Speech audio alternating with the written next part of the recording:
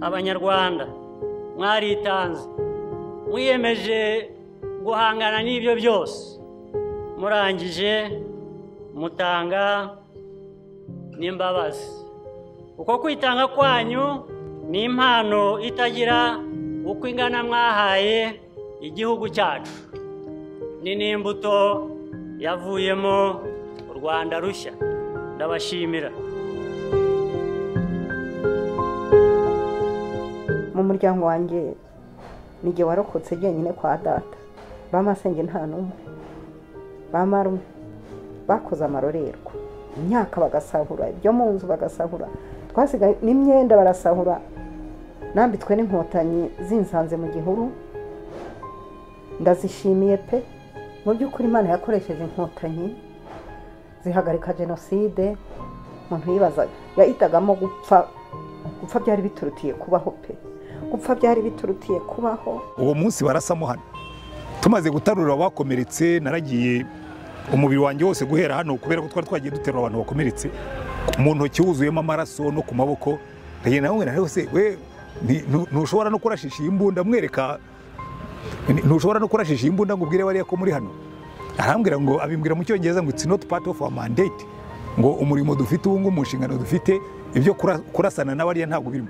Nibuka yuko abo barimo kundasa n'abasirikare b'igihugu cyane, ndaraswa n'abasirikare bagombaga kundinda. Nta mpamvu yo gushyira ikimwaro ku munyamahanga waje kwikorera amafaranga. Si wari ushinzwe kundinda, wari ushinzwe kundinda ni urimo kundasa.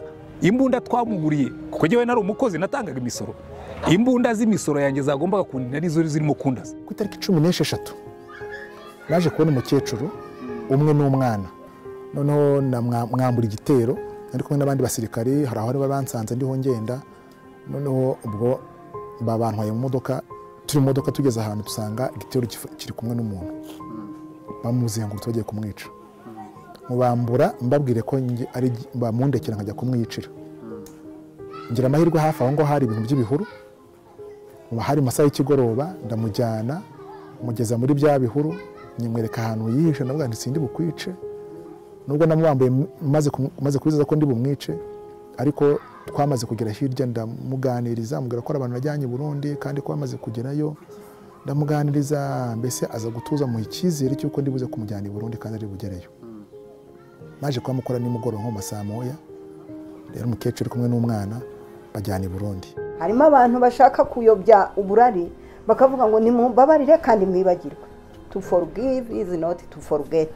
Ntushobora kwibagirwa amateka yawe, ahubwo uyubakiraho ukirinda kuyatindamo, ahubwo kuko iyo nyatindamo ntabwo aba bana bari kwiga. Iyo nyatindamo nanjye ubwanjye ntabwo mba ndi ukundi. Loin de se laisser aller au découragement, le Rwanda s'est employé à tirer les leçons de cette tragique phase de son histoire pour se relever, jeter les bases d'une société réconciliée avec elle-même et promouvoir son développement.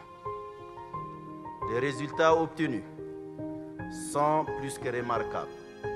Toute l'admiration du peuple belge pour le courage, pour la résilience, pour l'empathie, pour la force inaltérable du peuple rwandais qui, depuis 25 ans, a montré après ce drame sa détermination à chercher la lumière, à chercher à éclairer le chemin pour rendre la société plus robuste, plus solide et plus respectueuse. And you forgave and you reconciled, and that has been a model for the rest of the world like no other nation has ever modeled forgiveness.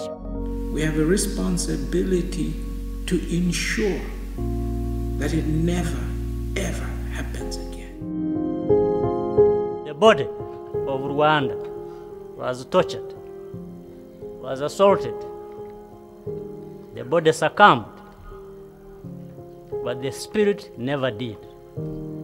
It is that spirit that should fight on, and that spirit will never and should never be defeated. That is within our reach and means. Let's go about our business. The business of returning and giving back to ourselves our dignity.